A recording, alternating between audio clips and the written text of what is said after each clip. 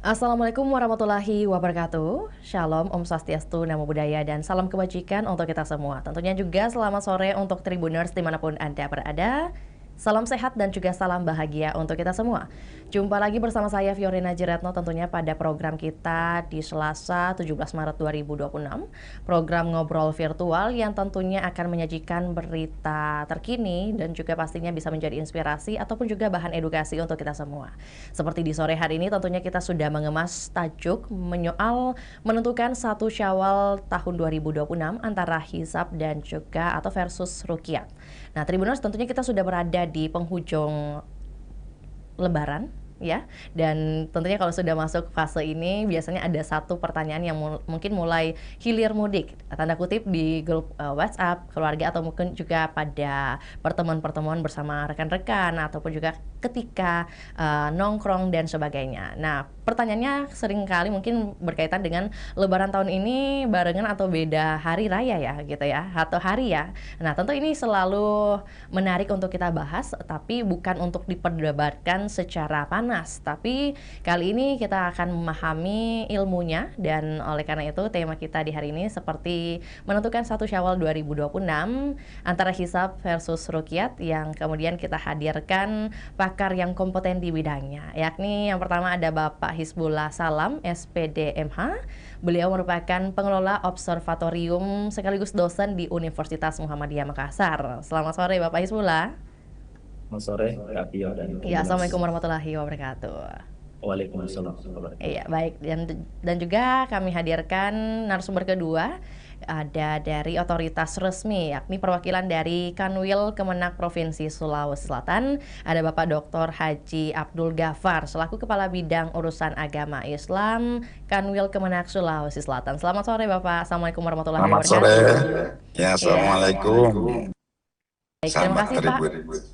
Ya, Terima kasih kepada Pak Hizbullah dan juga Pak Ghafar atas waktunya sudah berkenan untuk kita mungkin ambil sedikit waktunya untuk berbagi kepada Tribuners di sore hari ini, Pak, izin ya. Iya, ya, ya. baik. Bagaimana kabar Bapak Hizbullah dan juga Pak Ghafar? Ya, Alhamdulillah Alhamdulillah baik. sehat Alhamdulillah ya, baik. alhamdulillah. Iya. Sehat. Ya. Baik.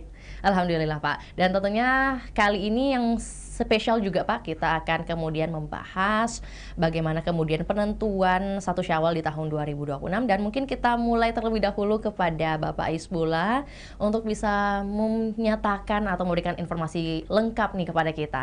Ini kan biasanya kita ketahui Muhammadiyah menggunakan metode hisab. Nah, mungkin bisa dijelaskan Pak secara sederhana sebenarnya bagaimana cara kerjanya dalam menentukan satu Syawal khususnya mungkin di tahun 2026 saat ini. Silakan Pak. Ya, baik Kak Pio dan seluruh Tribuners dimanapun berada. Izinkan kami untuk mengutarakan terkait dengan metode hisab yang digunakan oleh Muhammadiyah sendiri. Nah, perlu kita ketahui bersama bahwa Muhammadiyah sejak 25 Juni 2025 tahun lalu telah melaunching produk yang bernama Kalender Hijriyah Global Tunggal atau yang kita sebut dengan KHGT. Nah, sejak 25 Juni yang lalu, Muhammadiyah itu sudah memiliki kalender secara definitif untuk menentukan penentuan awal bulan Komariah. Dalam hal ini tentunya satu Ramadan, satu Syawal, dan juga satu Dzulhijjah. Sebelumnya itu, Muhammadiyah juga sudah menggunakan kriteria wujudul hilal, yang kesemuanya baik wujudul hilal maupun dengan kalender Hijriah Global Tunggal itu menggunakan metode hisab hakiki. Nah, perlu kami sampaikan bahwa di Muhammadiyah itu telah eh, mengambil keputusan bahwa hisab itu berkedudukan sama dengan ru'yah. Dalam hal ini, hisab kedudukannya sebagai metode untuk menentukan satu Ramadan, satu Syawal, dan juga satu Dzulhijjah ataupun awal bulan Komariah. Nah, itu diputuskan sejak Muktamar 26, Munas Tarji 26 pada 2003 yang lalu. Nah, sehingga kemudian karena ini adalah metode, sehingga kedudukannya sama. Ya, bahkan eh, di Muhammadiyah sendiri melihat bahwa dengan perkembangan teknologi informasi dan juga software yang begitu canggih, melihat bahwa penggunaan hisab jauh lebih maslahat. Jauh lebih maslahat untuk apa? Untuk manusia secara global. Di mana kita ketahui bahwa saat ini kita berada pada fase manusia global. one ummah, one civilization. Bahwa satu negara, satu bumi itu punya keterhubungan yang sama. Hal ini disebabkan tentunya karena kecanggihan informasi tadi. Nah, oleh karena itu maka Muhammadiyah dengan menggunakan KHGP-nya itu menerapkan prinsip satu hari satu tanggal. Yang kemudian prinsip selanjutnya adalah satu matla atau ittihadul matali. Menganggap bahwa satu bumi ini adalah sama. Dimanapun hilal mencapai kriterianya, maka itu bisa berlaku kepada seluruh manusia dimanapun di belahan bumi yang lain. Hal ini tentu melakukan pendalaman, ya Muhammadiyah melakukan pendalaman berdasarkan dalil-dalil dalam Al-Quran maupun dengan hadis yang ada. Jadi Muhammadiyah menggunakan ayat dan ayat Al-Quran dan juga hadis Nabi. Seperti misalnya tentang keumuman eh, bagaimana Rasulullah diperintahkan menjadi eh, arsalnaka rahmatan lil alamin. Wa ma arsalnaka rahmatan lil alamin. Jadi Rasulullah menjadi rahmat bagi seluruh alam semesta. Kemudian juga di surah Al-Anbiya, tadi surah Al-Anbiya ayat 107, kemudian di surah Al-Anbiya ayat eh, 79, kalau tidak salah, itu disebut, maaf, 92, juga disebutkan bahwa inna hadhihi ummatukum ummatan wahidah. Jadi kita umat Islam yang sudah tersebar secara global di seluruh permukaan bumi ini adalah satu umat. Satu kesatuan adalah umat Islam. Sehingga kemudian dikuatkan dengan hadis Nabi, as-saumu yauma tasumun wal fitru yauma tuftirun wal adha yauma tudhun. Hadis riwayat Tirmidzi. Jadi berdasarkan dengan keuniversalan umat Islam, Islam adalah rahmatan lil alamin. Kemudian eh, apa namanya keumuman hadis yang mengatakan bahwa puasa adalah hari di mana kalian berpuasa, ya. Kemudian Idul Fitri adalah di mana hari kalian beridul fitri dan Idul Adha adalah di mana kalian beridul adha.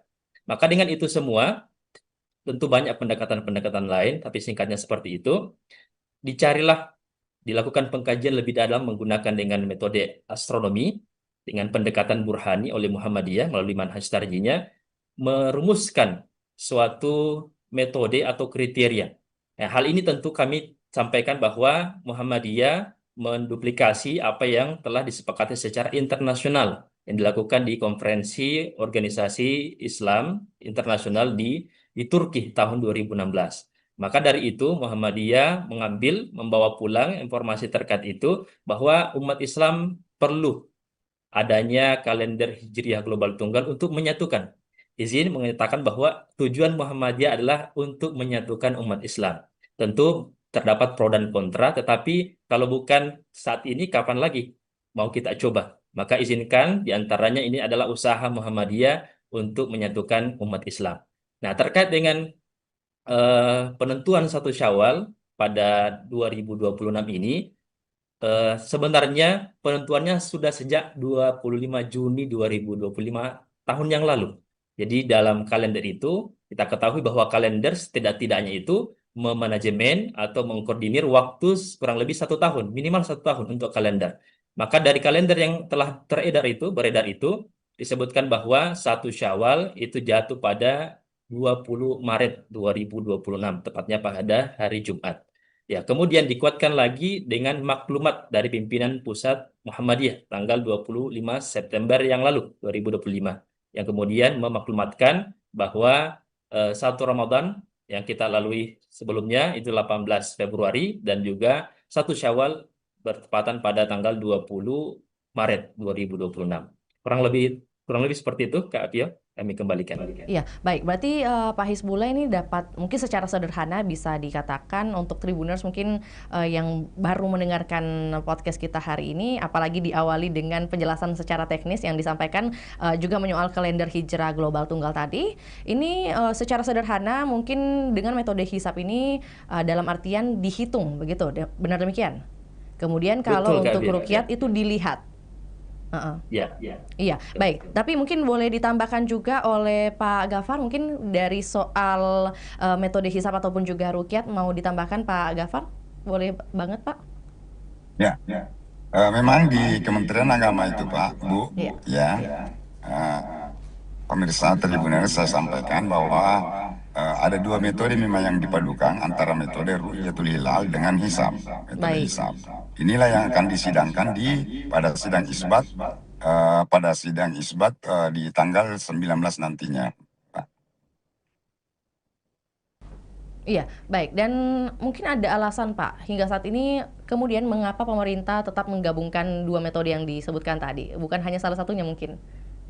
Ya, karena kalau untuk pemerintah di Indonesia ini memang lebih mengedepankan metode ru'yatul hilal dengan berpedoman dari Al-Quran, sumu li ru'yati, bahwa kita ini berpuasa dalam keadaan pada saat kita melihat bulan. Ya, makanya itu berdasarkan kriteria MABIMS ataupun kesepakatan negara-negara MABIMS, antara lain Brunei Darussalam, Malaysia dan Singapura dengan Indonesia, itu kesepakat terkait dengan penentuan apakah itu awal Ramadan ataupun awal Syawal dan Zulhijjah, itu melalui hasil kesepakatan melalui sidang isbat. Ya. Melanjutkan apa yang sudah dikatakan oleh Pak Gafar, mungkin sebenarnya bagaimana proses sidang isbat dalam menentukan 1 Syawal 2026, dan mungkin dapat disampaikan sebenarnya ada siapa saja yang terlibat di dalamnya, Pak?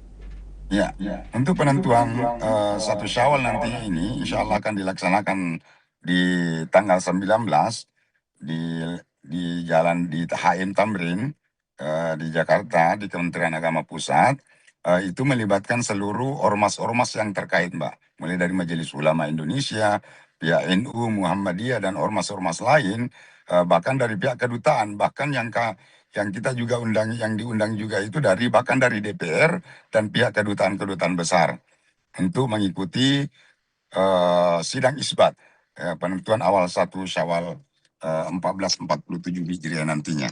Jadi kita masih menunggu apakah penetapan itu di tanggal 20 ataupun tanggal 21, jatuhnya di 1 Syawal, itu masih tetap menunggu sidang isbat yang akan diselenggarakan di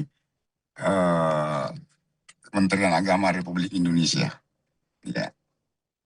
Misalnya Tribuners mungkin sudah punya pandangan atau perhitungan juga nih, Pak, ya, mengenai apakah ada potensi Lebaran ini akan jatuh bersamaan di tanggal 20 Maret 2026 tahun ini? Ya, tidak menutup kemungkinan, Mbak. Saya sampaikan tidak menutup kemungkinan karena ini masih tentatif. Ketika memang ada di salah satu wilayah di seluruh Indonesia yang 37 titik itu ada yang melihat bulan, secara otomatis akan diputuskan melalui sidang isbat, Mbak, untuk penentuan awal 1 Syawalnya. Karena memang sesuai dengan perhitungan BMKG maupun Badan Hisab Ru'yat Provinsi Sulawesi Selatan, itu kan memang sudah wujudul hilal. Hilal memang sudah terlihat, titik elongasinya juga terpenuhi secara nasional, itu sudah artinya di atas rata-rata semua. Sisa penentuan dari awal 1 Syawal itu sesuai dengan hasil kesepakatan dengan negara-negara MABIMS, bahwa untuk penentuan kalender Hijriah itu minimal 3 derajat, 2. Kemudian sudut elongasinya ataupun sudut bulannya itu minimal 6,4 derajat, Mbak. Jadi ini kita belum bisa pastikan. Sambil menunggu sidang isbat nantinya, kita tetap menunggu sidang isbat untuk penentuan 1 Syawalnya nanti, Mbak. Karena ada di beberapa 37 titik di seluruh Indonesia akan dipantau, termasuk Sulawesi Selatan. Sulawesi Selatan nanti kita akan memberikan keterangan apakah kita melihat bulan ataupun tidak, itu bergantung dari hasil ru'yatul hilal yang akan kita laksanakan di observatorium di Unismu. Ya, di Unismu nanti bahkan kita mengambil tempat di Unismu, Mbak.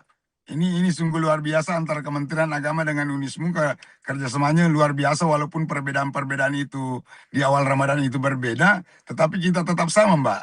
Ya. Ya. Jadi disatukan dalam nanti proses sidang isbat juga, Pak, ya?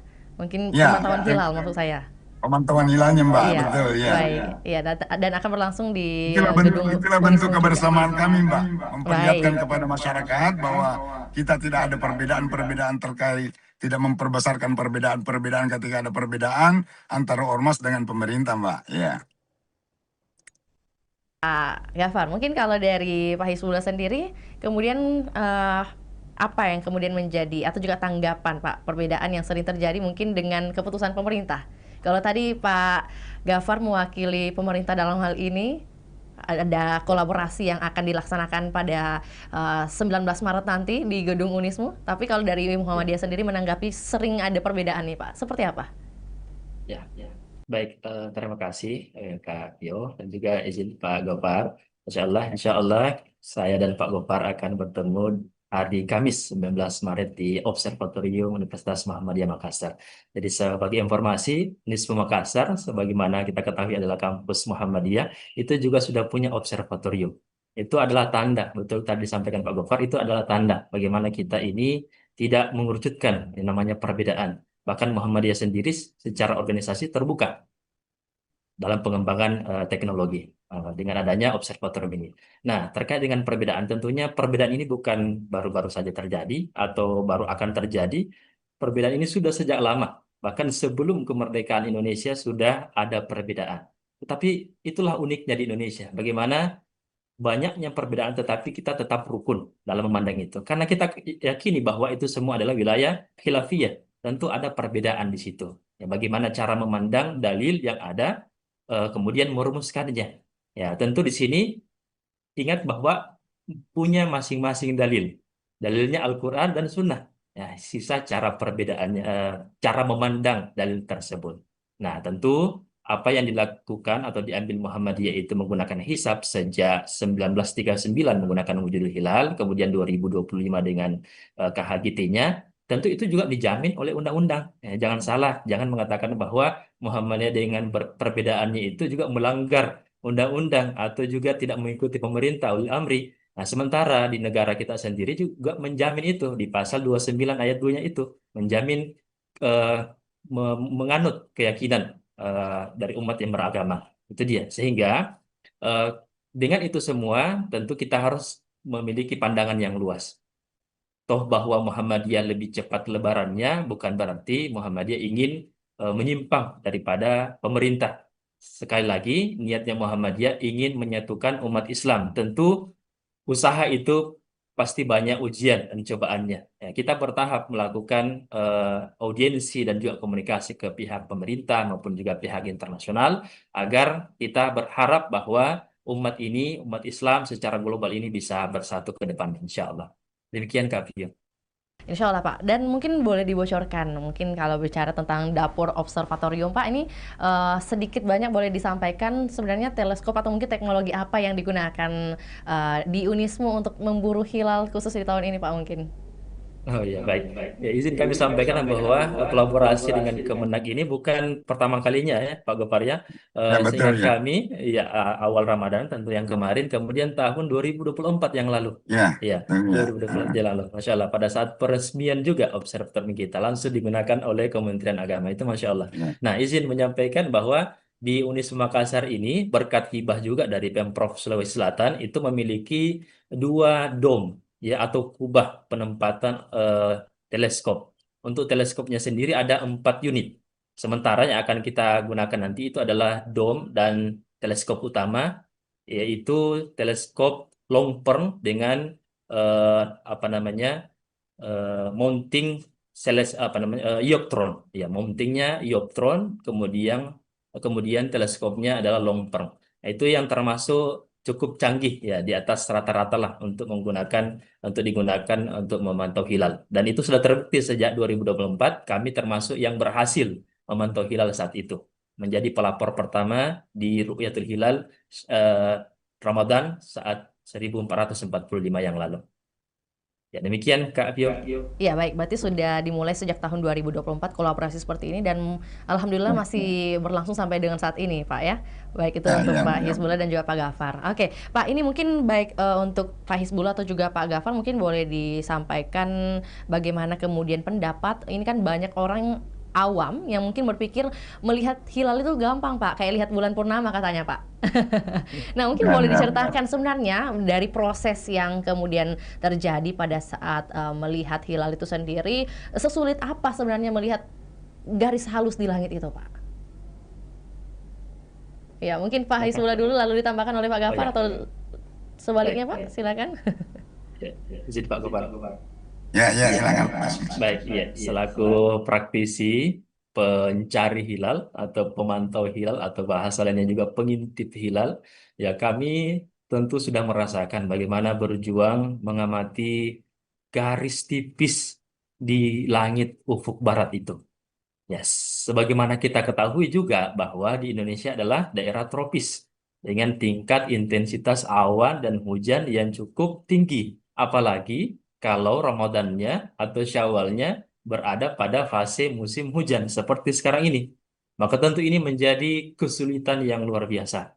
Nah, makanya di pihak pemerintah sendiri itu sudah memberikan kriteria standar. Ya, kita mendengar istilah Numa Beams, kriteria Numa Beams dengan tadi yang disebutkan oleh Pak Gofar bahwa ketinggian hilal itu 3 derajat. Kemudian elongasinya 6,4 derajat. Ya, sebelumnya juga ada kriteria 238. Nah, itu adalah kriteria yang disebut dengan visibilitas atau kemungkinan terlihatnya hilal. Ya, jadi baru kemungkinan. Baru kemungkinan. Tentu yang memastikan adalah hari hanya melihat atau tidak. Nah, sejauh pengalaman kami di Observatorium UNIS Makassar, kami baru berhasil untuk memantau hilal itu ketika ketinggian 7 derajat. Ya, ketinggian 7 derajat di atas ufuk barat. Nah, di bawah itu kami belum berhasil. Tentu secara skala nasional ada yang sudah sempat mencapai bahkan 6 derajat atau mungkin 5 derajat. Tetapi untuk skala kami sebagai praktisi kami baru bisa berhasil pada ketinggian 7 derajat. Dan ini juga harus memantau sejak muncul terbenamnya matahari sampai terbenamnya hilal itu sendiri. Ya, kurang lebih kalau 7 derajat itu lama proses pemantauan sekitar 50 sampai 1 jam. Ya, baru bisa kita pantau itu bulan terbenam. Ya, kurang lebih seperti itu. Mungkin ada Berarti tambahan dari Pak Gofar. iya, Ya, baik. ya Ya, betul sekali Pak Hasbullah. Ya. Sejalan dengan apa yang disampaikan Pak Hasbullah, saya pikir itu metode yang kita pergunakan memang pada dasarnya sama, Pak.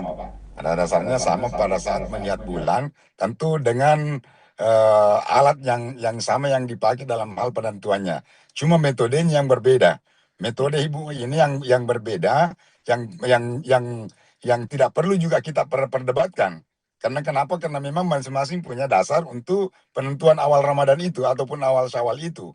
Ketika kita misalnya menentukan 3 derajat sekian menit, di sisi lain misalnya Untuk melihat bagaimana kemudian terbenamnya matahari disebutkan 50 hingga 1 jam kurang lebih. Nah, ini mungkin apakah sama dengan kemudian ketika kita menggunakan hisab ataupun juga rukyat, durasi yang digunakannya ini sama atau bagaimana, Pak? Penjelasannya. oh ya.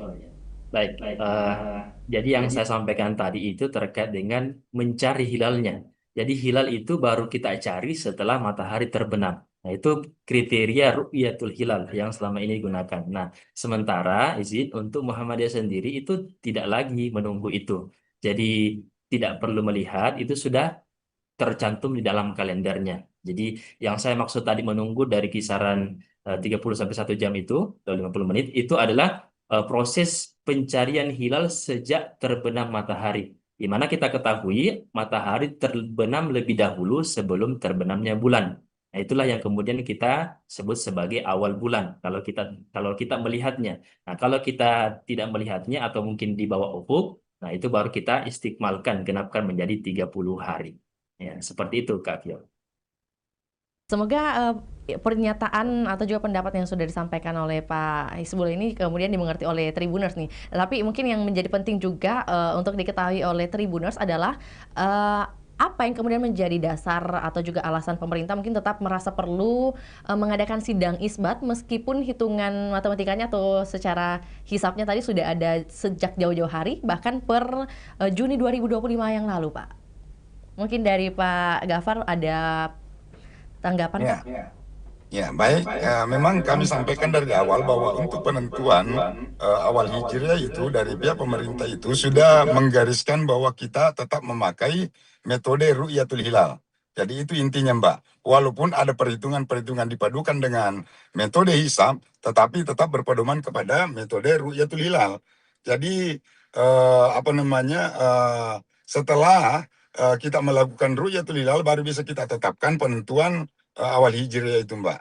Jadi itu pedomannya bagi Kementerian Agama, melalui pemerintah melalui Kementerian Agama, bahwa penentuan awal Ramadan ataupun awal Hijriah itu tetap berpedoman dari pelaksanaan Ru'yatul Hilal melalui sidang isbat yang akan dilaksanakan oleh Kementerian Agama melalui pemerintah melalui Kementerian Agama bersama dengan unsur-unsur yang terkait, Mbak.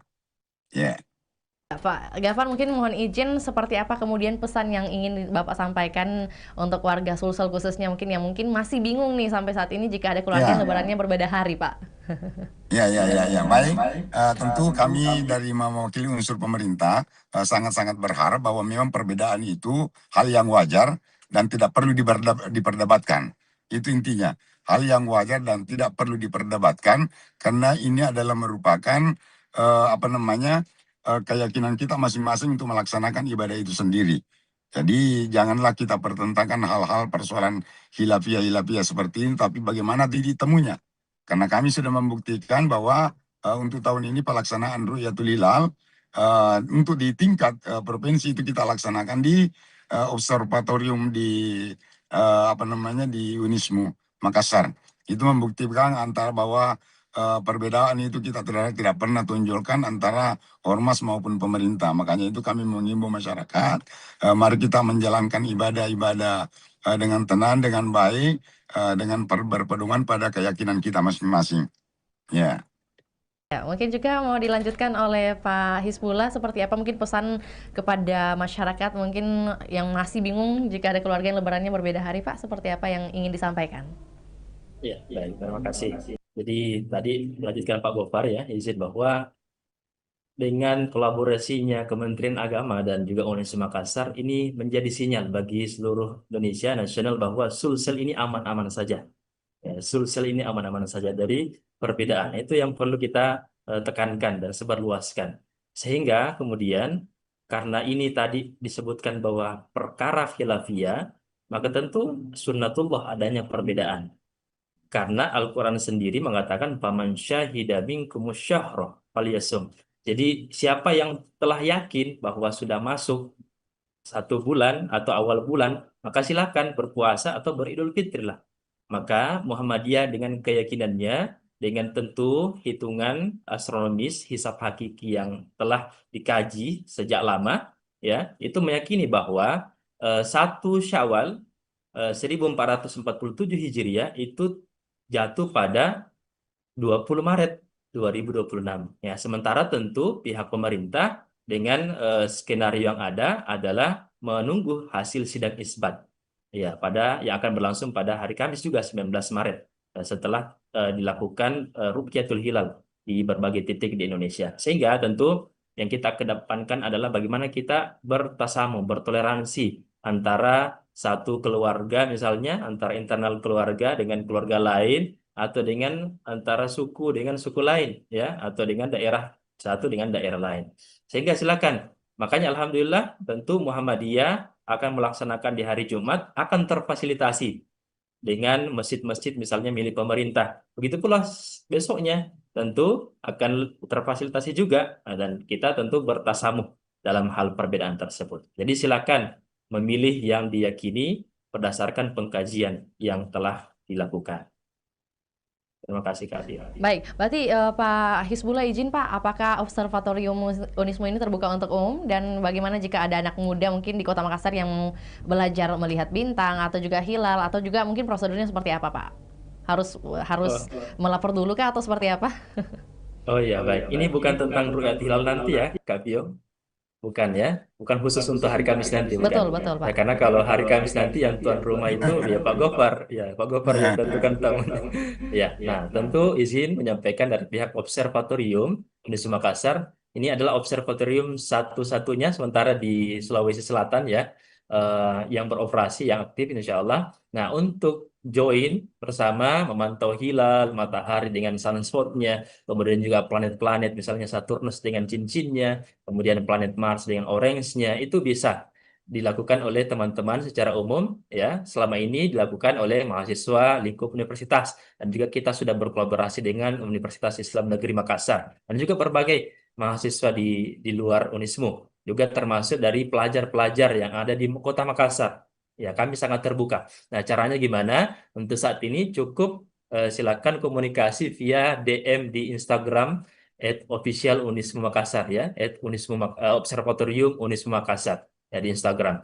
Kemudian secara resminya bagi instansi-instansi itu bisa bersurat kepada Unismu Makassar dengan ditujukan kepada pengelola atau pimpinan Universitas Unismu Makassar. Ya, demikian Kak Bio. Terima kasih Pak Isbullah, dan mungkin tadi dilanjutkan untuk Pak Gafar, bagaimana jika ada anak muda yang ingin ikut serta di tanggal 19 Maret nanti Pak? Apakah ini terbuka untuk umum atau khusus yang punya undangan saja Pak? Ya, mohon maaf Mbak, sahabat Tribun, Baik. memang kami menjadwalkan untuk itu berdasarkan undangan. Kenapa? Karena pertimbangan ruang yang tidak mencukupi Mbak. Ruangan itu agak sempit di atas sehingga tidak menutup kemungkinan akan kami batasi maksimal 70 orang Pak ya sebelah.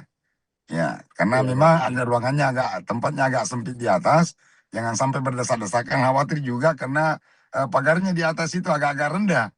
Agak rendah di atas, khawatir jangan sampai ada yang kecelakaan sehingga Insya terjadi Allah, baik, sesuatu Pak. yang tidak inginkan. Ya, makanya itu memang betul kami batasi Mbak sesuai dengan kapasitas dan undangan yang kami sebar. Tetapi wabil khusus untuk sahabat-sahabat semua dari media, silakan aja Mbak. Kami tidak batasi untuk media, tetapi peserta lain baik dari adik-adik mahasiswa, biasanya ada adik-adik mahasiswa dari UIN untuk turut serta untuk melakukan pemantauan. Itu mohon maaf kami akan batasi di rotopnya di situ. Tetapi ada ruang di bawah ya Pak Asbullah yang bisa Iya, tempati untuk betul. melihat secara bersama. Betul, Pak. Ya. Ya, Baik, tetapi berarti wabil khusus, ya, baik Pak. Ya, jadi memang untuk Tribuners secara umum Pak ini kemudian harus dibatasi ya, Pak ya, karena tadi ada ya, faktor ruangan, kemudian juga ya. kapasitas tempat yang belum memadai untuk banyak orang gitu Pak ya.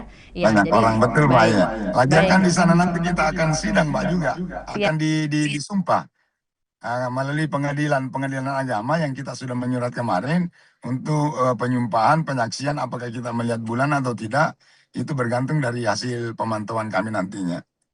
Ya. Langsung akan dikirimkan ke pusat atau seperti apa Pak?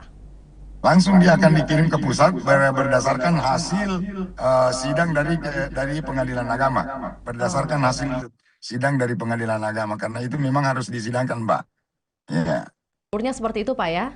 Kemudian ya. mungkin kita secara singkat Pak boleh disampaikan untuk alurnya itu akan mulai pada pukul berapa.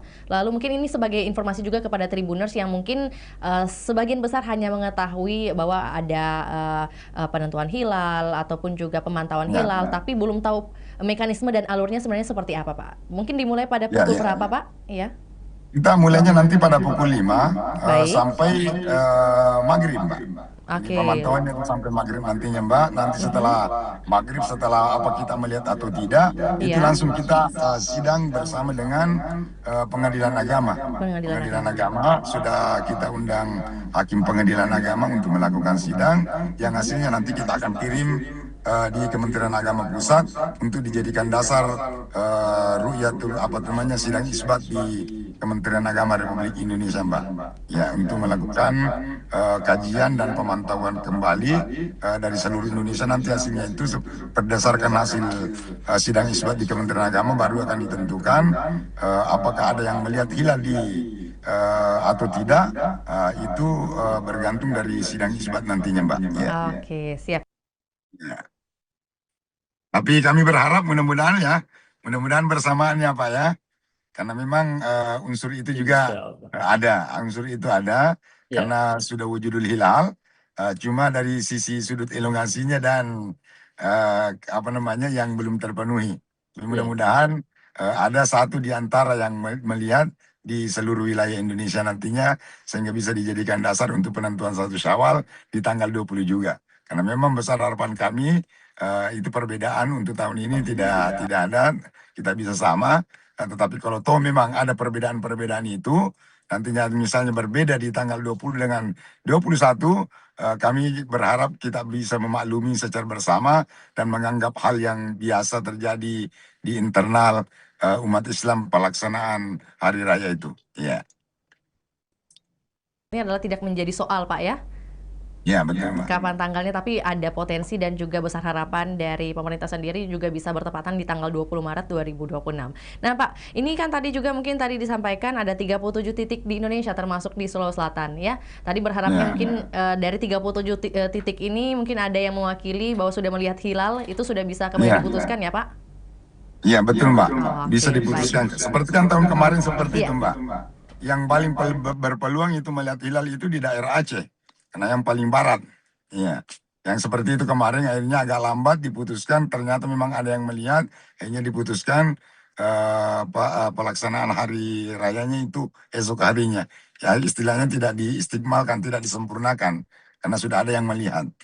Nah, sama juga halnya nanti yang terjadi di hari Kamis ini nanti, ketika ada yang melihat, secara otomatis tidak diistiqmalkan terkait dengan pelaksanaan puasa Ramadan mencapai 30 hari. Ya, walaupun saudara kita dari Muhammadiyah insya Allah sudah tetap 30 hari ya. Ya, Pak Hasbullah ya. Iya, betul, Pak. Ya. Pak, ini ada satu pertanyaan terakhir Pak, mungkin mohon izin Pak Gafar, titipan Iya. dari Tribuners Pak ya. Apakah ada upaya konkret dari pemerintah untuk menyatukan penentuan kalender hijrah maksud saya, hijriah di Indonesia Pak? Ya, masih tetap kita kan juga punya badan hisab ru'yah, Mbak. Oke. Ya, badan hisab ru'yah Kementerian Agama yang memang perhitungannya sudah sesuai dengan itu, Mbak. Perhitungan yang ada di Muhammadiyah dengan kami itu kurang lebih sama, Mbak. Cuma memang tetap kita mengacu pada penentuan awal hijriah itu berdasarkan dengan hasil ru'yatul hilal, Mbak. Jadi tetap kita berpacu seperti itu walaupun perhitungannya ada seperti apa yang dilakukan oleh pihak Muhammadiyah dan ormas-ormas lain, Mbak.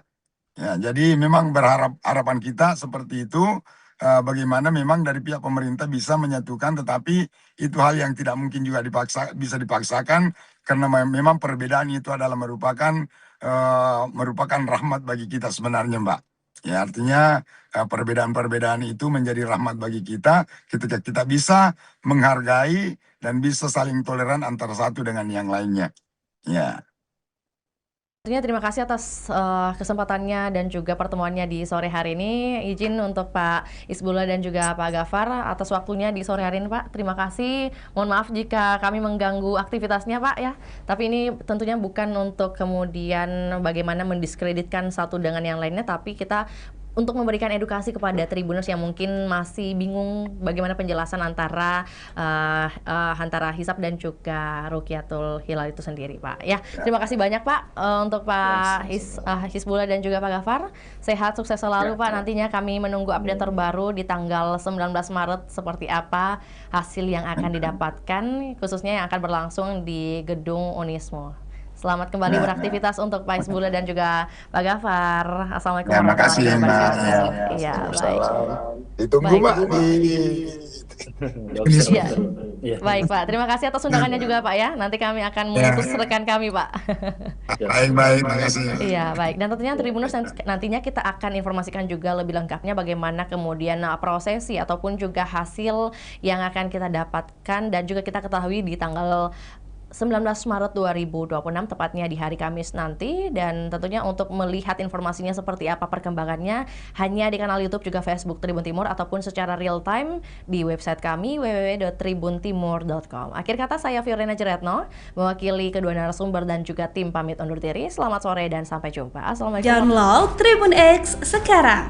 Menghadirkan lokal menjadi Indonesia.